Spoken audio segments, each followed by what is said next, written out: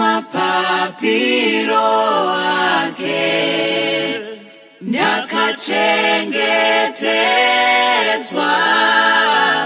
mumapapiro ake ndakafukidzirwa ngaphansi kwamapiko ake yathula ijubise ngaphansi kwamapiko ake ngivikelekile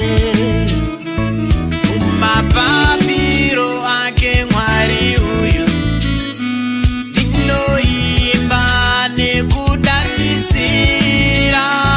mumapapiro ake Mwari uyu takafukidzirwa nenyasha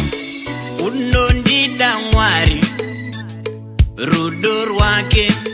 runogara neni ndinovimba nekudada naye Jehovha wehondo bomusa wake uyangitanda utando lwake luhlalakimi yamutemba futhi ngiyakolelwa Nkosi yami engilwelayo mumapapiro ake Mwari we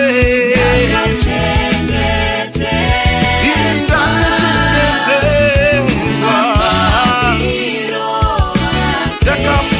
ndakafukidzirwa mumapapiro ake Mwari ndakachengetedzwa ndakafukidzirwa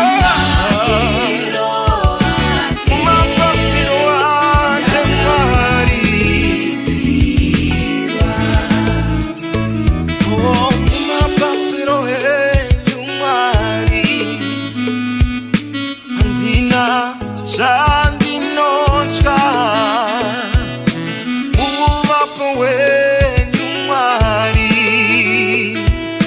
handina chandoshaya munotarira tsoka dzangu Mwari munotarira pandiri pose o Mwari we imi Mwari we ini handimbochi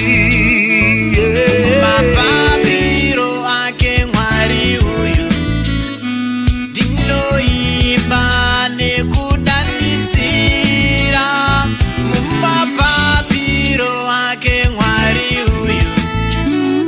takafukidzirwa ngaphansi kwamapiko ake yathula ijubise ngaphansi kwamapiko ake